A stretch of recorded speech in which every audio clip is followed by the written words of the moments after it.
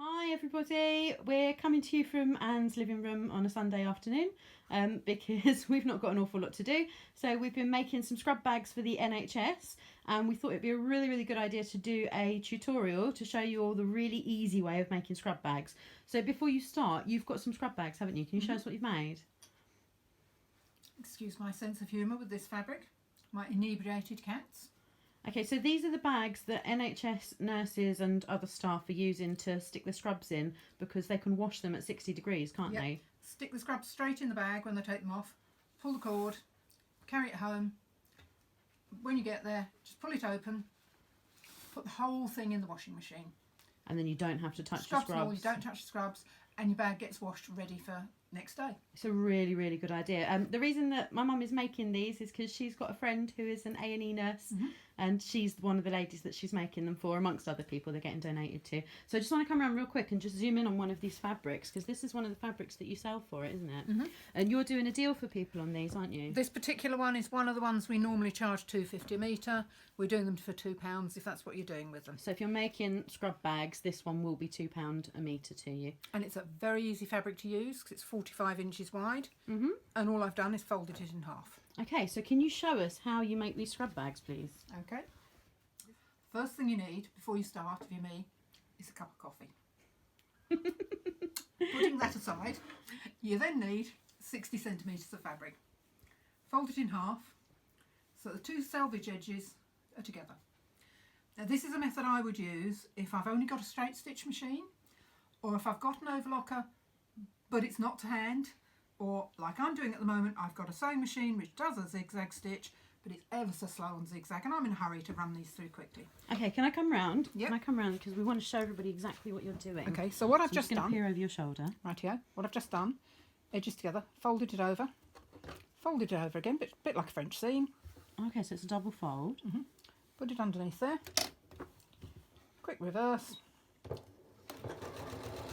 start it off. Right, now what I'm doing now is I'm encompassing all the raw edges inside, so I don't need to worry about zigzagging afterwards or overlapping the edge. You could do this on any old machine. So there's no way this is going to fray when people put it through their washing machines at 60. no, fully enclosed, not going to go anywhere.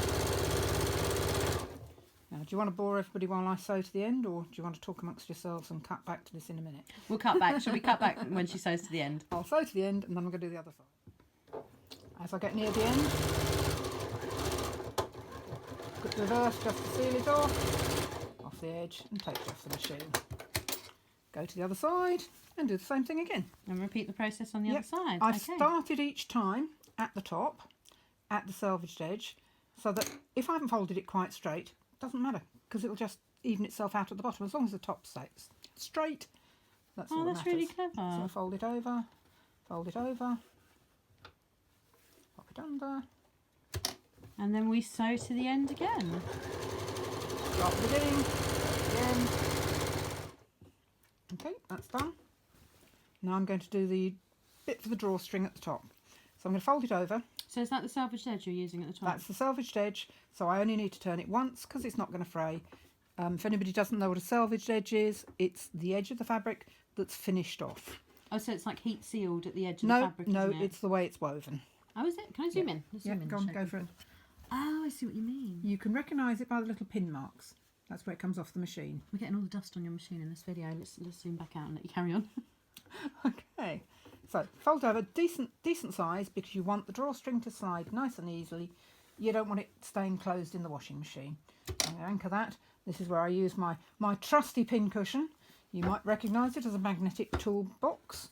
I don't mean box, I mean tray. I have one of those for my motorcycle for putting bolts and things in. Really works as a pin cushion. Do you sell them? Normally yes, but we're out of stock at the moment. Oh, okay, so after all this is over, you'll have them back in. Yeah, we use a smaller one than this. This is a giant one. Smaller one is more sensible, but I've got a big machine. Okay, so back to the sewing.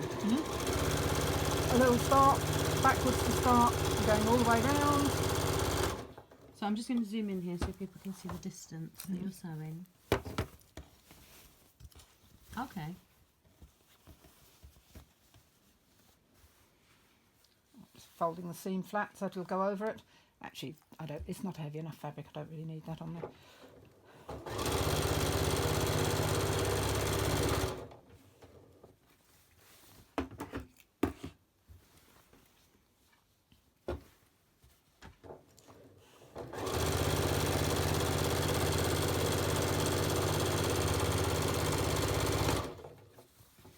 So what do you do when you get to the other end?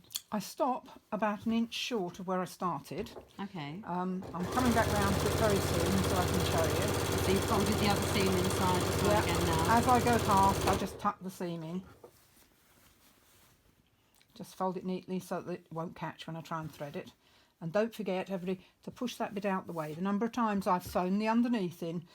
I nearly sewed your tablecloth the other day when I was using your machine.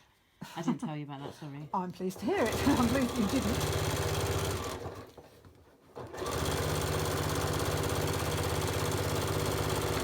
Right there.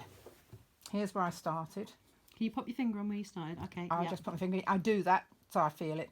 And I want to stop about there. I might slow it down a little bit. And then go backwards so it doesn't come undone. And take it off. Okay, so all you need to do now is thread it round. What I'm using is some bias binding. I've got some clearance rolls. I've just folded it in half and stitched it down the middle so it doesn't come undone. So now find the gap where you stop the sewing. Push your threader in. And the threader's got to come up from underneath. Underneath that oh, I can see. There. Yeah. See it? So it goes up and in. Yep. Yeah, up and in. All the way round. This is why we do a big, deep one. Makes it nice and eady to get past the seams. That looks so easy to thread. You're doing that so quickly. Well, it is easy. This is an easy design, isn't it? Mm-hmm.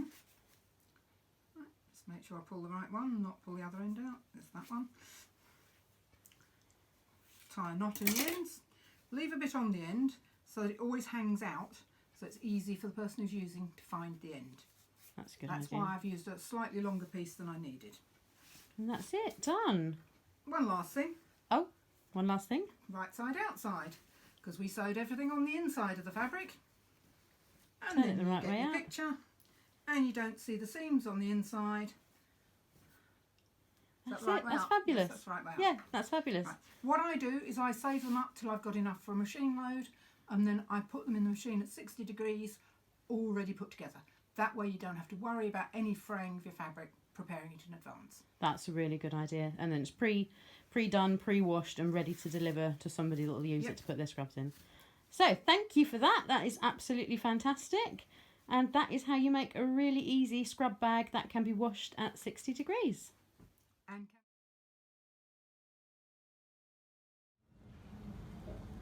So hi everyone, we thought we'd just tag on to the end of this video and give you a brief tour of the shop so you can see some of the fabrics we've got available with our free delivery service.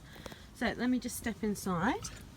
Some of the fabrics that people have been using for making the scrub bags are just visible in the window here. And I'll just give you a really brief run around the shop so you can see some of the things that we do.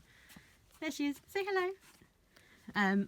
So here's all of our threads, and if I just take a step down here, we have all of these fabrics along the top here. I think you'll have seen this one in the tutorial. A couple more just to show you along here, and a couple more here. Bear in mind that the fabrics that you use if you're making scrub bags have to be washable at 60 degrees. So all of the ones that I've shown you today are washable at 60 degrees.